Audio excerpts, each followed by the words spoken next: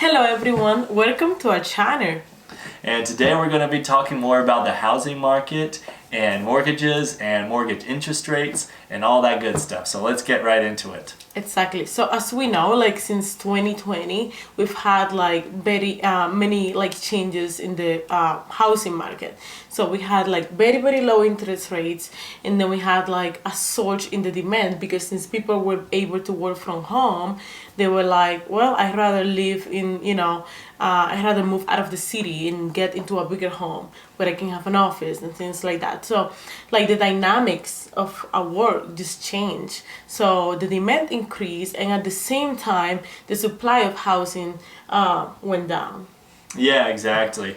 And since the demand of housing went down, what caused that demand of housing to go down in the first place? It was the interest rates, right? Or because as we had low interest rates and we had a lot of printing of money, a lot of just money getting thrown in the economy, it made it easier for people to, well, buy a house because, wow, it's great to buy a house with a low interest rate, and it's also great to buy a house when you have some extra cash in hand, right?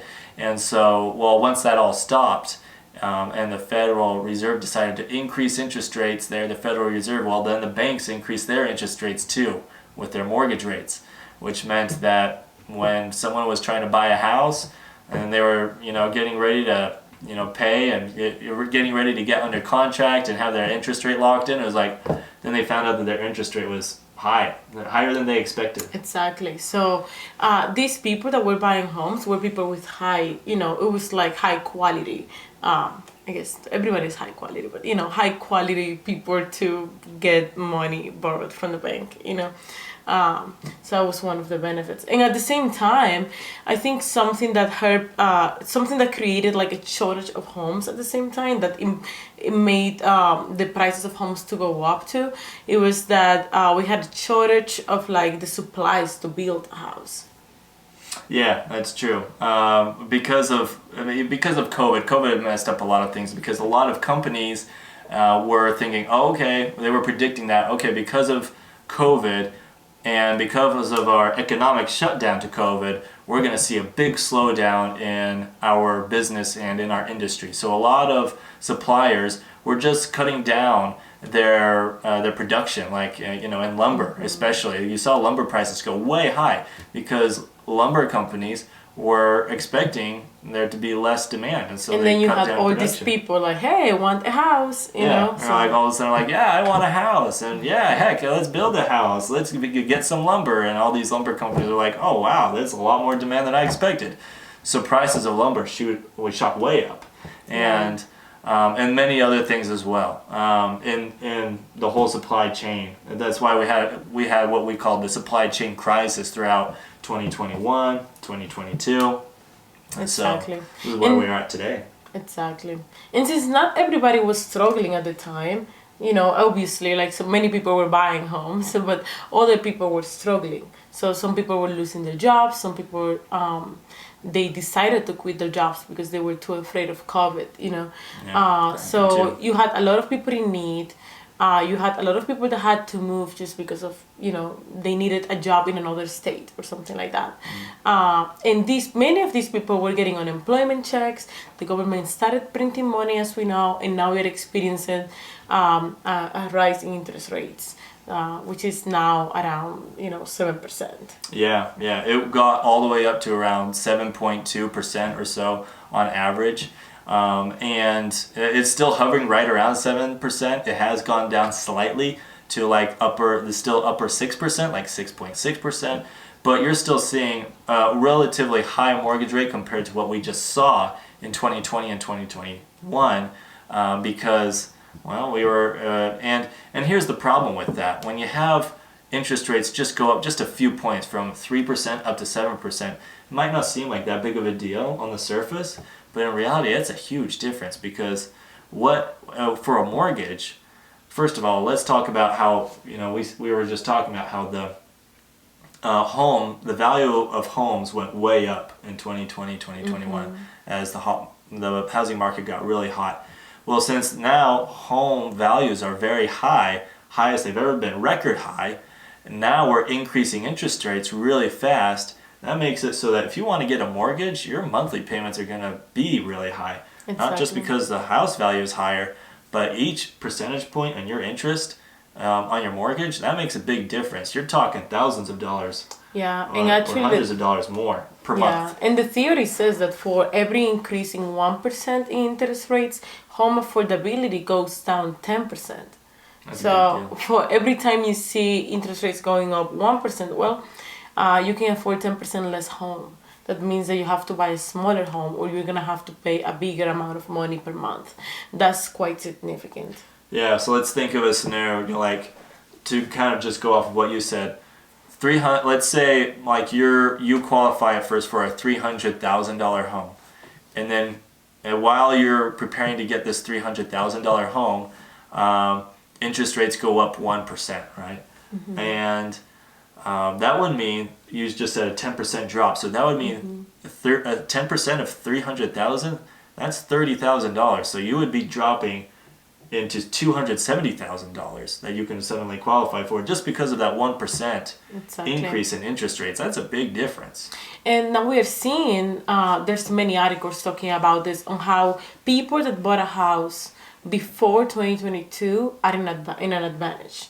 And they're saying that we're going to start seeing an increase in the gap of worth between homeowners and renters because of this. Yeah, there are a lot of people who, when they bought a home before 2022, a lot of people bought a home in 2020, 2021, or they refinanced during those 2 years to a very, very good interest rate, right, of their mortgage rate, like 2% or 3% on their mortgage. That puts them at a great advantage now. Yeah. It makes it a lot easier for them, even if the house's value is very high. It still makes it easier to pay that off. And so a lot of people, either they're going to stay in their house or Exactly. they also might be deciding to rent it. So a lot of people are thinking, okay, I live in this house now, and then I'll upgrade to a bigger house or a different house at another time, but I'm going to keep this house that I got between 2020 or 2021 because it has such a low interest rate, and I'll be able to rent it out. Yeah. And they'll be able to make extra income out of that. So you can see how this is going to create a huge wealth gap over the next few years, like you said. And that brings us to a good point. Some people think like, oh, interest rates are rising. That means that, of course, when interest rates go up, home prices usually go down, right? Where some people think like, well, I'm going to get my chance to buy homes at a discount. But would you really see that discount in home prices? Because like you said, many people would just rather keep their homes and keep paying them off and earn some equity over the long term, because we know the real estate market goes up in the long term, so even some people just might prefer to just keep their homes rented, like you said, and that means like we might not see that big of a slowdown in the housing market, even though interest rates are going up. Yeah, another reason why we're probably not going to see much of some people are thinking we're going to see a crash in the housing market, and they're waiting for the housing market crash to buy a home. I actually don't think that's a good idea. First of all, I don't think there will be a crash like there was in 2008. 2008 was a very different situation going on. 2008 was where years prior to that, banks were incentivized to give out loans without even checking people's income, without checking their doing really like the ninja jobs. Yeah, the they called it ninja loans. Yeah. Ninja loans. What was it? No income, no job, no assets, right? Yeah, exactly. So they wouldn't even verify these things. They would just give a loan to anyone. And there were a lot of people who would just go ahead and buy a home because it was so easy, even if they couldn't really pay for it in the long term. That was the problem. A lot of people actually couldn't pay for these homes for the long term, especially those with a variable interest rate. Had no kind of proof of that their ability to pay this house off. That got into a lot of people a lot of trouble. So there were a lot of foreclosures. There were also a lot of people that or just a lot of extra homes getting built going up to 2008. Way too many homes. Then there were people that could actually afford it in the long term. So that's why we ended up with an oversupply of homes in 2008 and not as much demand. It was a bubble. It was a bubble. It was a housing bubble, and so way too many houses, not enough people who could afford it. So all the prices of the homes just came crashing down. This isn't the same situation though. We're not going to see a crash like there was in 2008. No. First of all, the banks have had a lot more regulations tightened on them from the government, so that they cannot just be giving out loans willy-nilly to any person for a mortgage. And the people that were getting these loans now, between 2020, and now 2022, they were people that were qualified, to get these loans. People with high income, some people with assets. So these are, and people with high credit score. So yeah, like an 800 credit score. Exactly. So let's not be expecting that we're gonna see a huge amount of foreclosures or anything like that, because I don't think that's the case. No, it's probably not going to be the case. These were low interest rates, people with great credit scores, people who had cash available, so they were able to buy the homes. The problem is there's a high demand for homes now, but a low supply. And it might be partially because of what happened in 2008, that people were expecting another crash sometime in the next few years, and so there just haven't been as many homes being built. People haven't been aggressive or taking that risk of building homes as much. So we've been having not enough homes getting built in the United States, but a lot of people who want it. Yeah. So the question is, if you are a first-time homeowner, does that mean you're screwed? Yeah, great question. I mean, because like we said, there is this belief that those who didn't buy a house by 2022 are going to get left behind, because they're just going to have to get stuck paying rent, and rent will just keep going up every year, which is true. Rent will probably keep going up every year. They have gone up a lot this past year too. They've kind of gone up almost to the amount that people are paying mortgages now. So is it still possible for a renter or someone who's never owned a home to still buy a home after 2022? And the answer is yes. Yeah, it's possible. That's good. That's good possible. news. How is that possible? Well, it is true that for people that bought a house before 2022, they are in an advantage because they are already building worth, and people that do not own a house, where you're not building worth right now through clear state. However, I think it goes to a person-by-person basis. Like if you're working in yourself, if you're improving yourself so that you can bring value to the marketplace, where you can then increase your income and use this income to then outpace, what you missed. You know what I mean? Like if you didn't get to buy a house, that's okay. You can buy a house this year or next year or 2 years from now, when you can afford buying this house. By using your skills, and then you can start building worth, and you can even, go ahead of many people that already bought a house. I think you just have to make sure that you're being productive, that you're improving yourself, that you're bringing value, and that you're seeing your income raising. You cannot just stay, where you are. Yeah, exactly. In a free market and a capitalist society that we live in the United States, you have to always be finding ways to make yourself more productive and efficient. Doesn't matter if you're a business owner or if you're an employee. It's true for everyone. Now, here's another tip though too. Rents have been going up a lot, but there's still some rents out there where you can still get for a relatively low price. What I would recommend, what we have done too, is that when you rent cheap. Rent as cheap as you can, as cheap as you're willing to live with. If you don't like cockroaches, you don't have to live with cockroaches, but try to find a rent that is on the lower end. Don't try to rent high end. Okay, you want to save money when you're renting. Your goal when you're trying to save up and you want to buy a house in the future, you need to have a goal set. You need to save your money up. You want to decrease your expenses, decrease your rent as much as you can. Yeah, and we always call it going backwards to be able to move forward. When we were renters, we decided that we're gonna rent cheap. That way we can save enough money so that we can eventually buy a house. And then we were able to buy a house very quickly after that.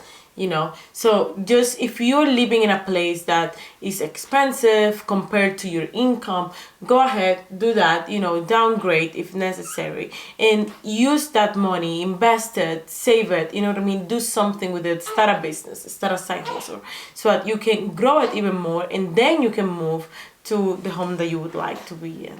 Yeah, so those are great topics. Think about it this way. When you go buy a home, the lender is going to look at a few different things. They're going to look at your income ability. They're going to see, okay, are you making good enough income? Or which we already discussed, how you need to be finding ways to increase your income. They're also going to be looking at Your assets. Your assets, okay? Yeah. Do you have any assets? Do you have anything in retirement? Have you invested at all in crypto or in the stock market? Yeah. Okay, it's good to have that because you might need to use some of that, or they might expect that you might need some of that in an emergency fund. Mm-hmm. Another very important thing is your credit score and your credit report. This is it shows your ability. It's kind of like your grade report of how well you are with debts.